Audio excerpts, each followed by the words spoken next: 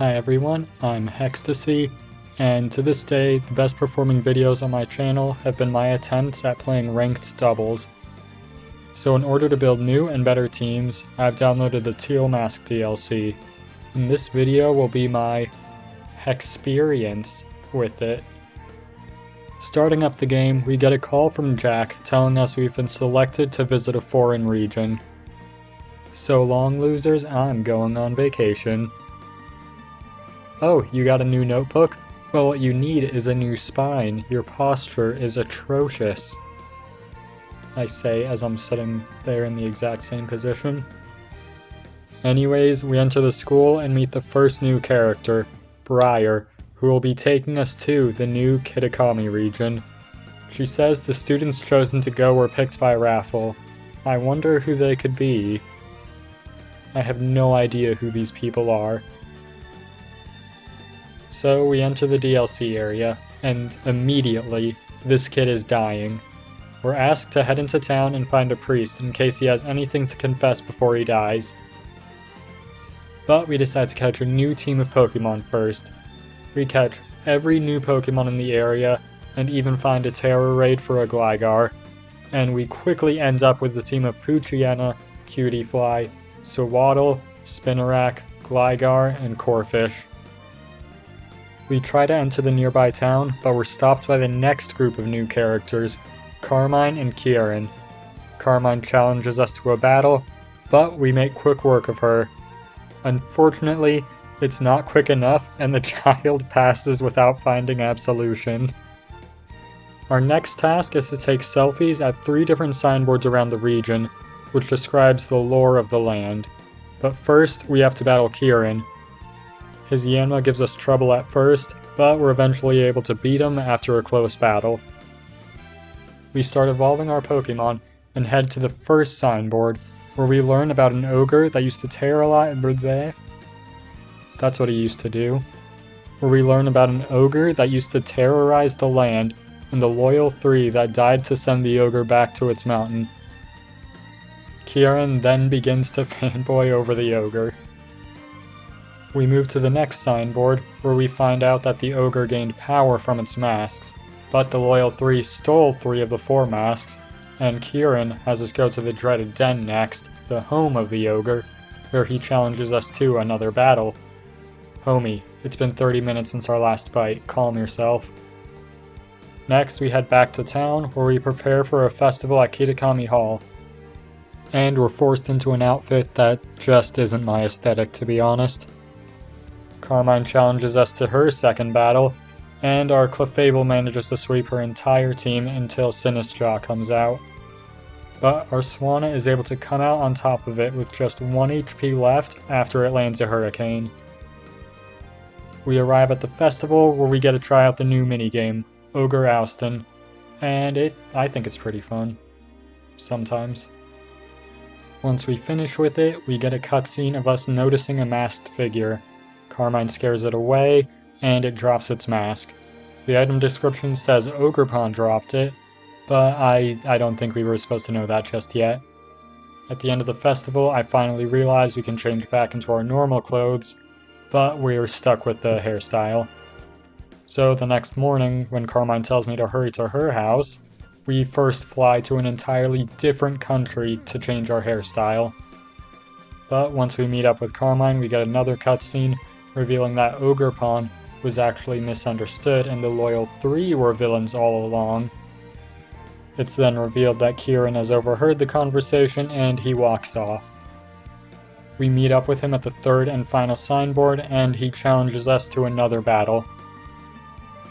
I have no idea who this Gligar belongs to, but thanks to its support, we're able to beat Kieran once again.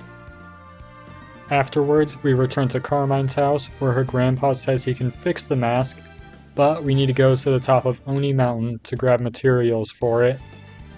We're attacked by Pinhead Larry, but Carmine's Morpeko absolutely destroys it.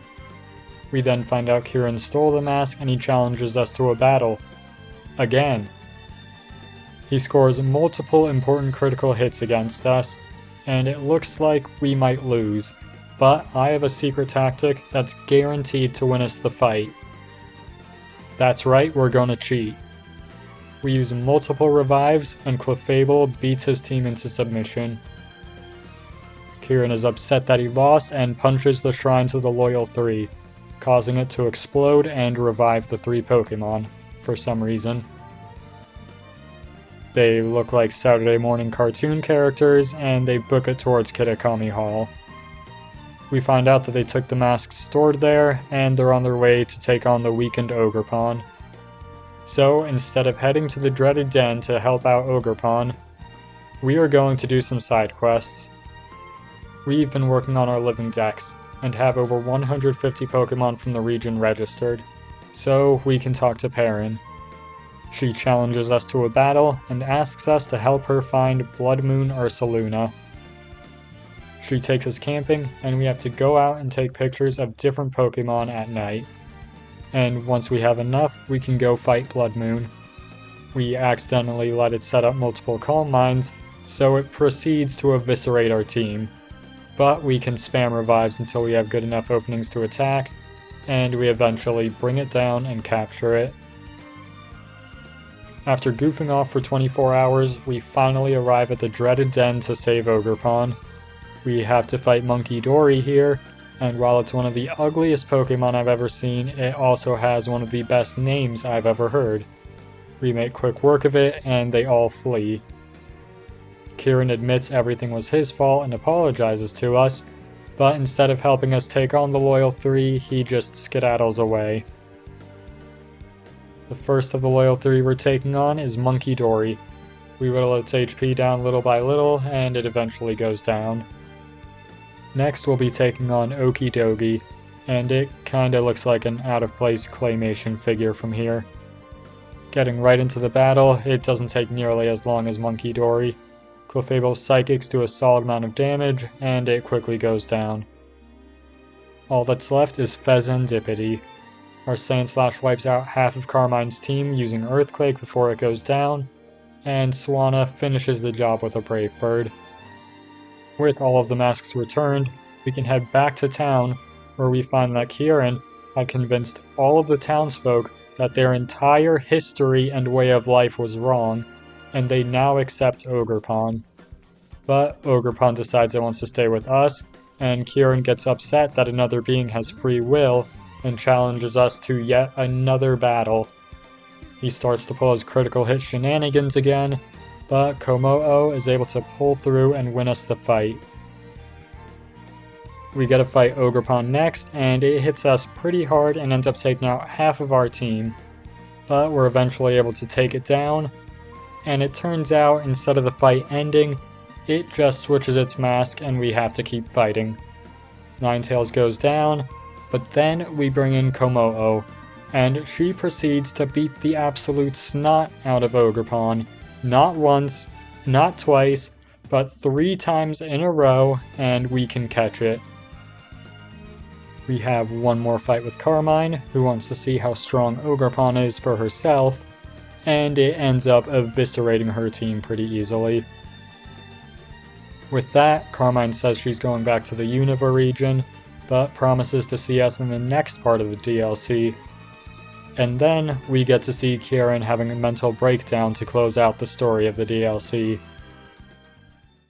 We can go back to catch the Loyal 3, but we just happen to have a surplus of Master Balls from Wonder Trading, so getting all 3 of them literally only takes a couple minutes, and that just about sums up my experience with the DLC. Overall, I thought the experience was pretty alright, a solid 5.5 out of 10. Anyways, I've been Hextasy, thanks for watching.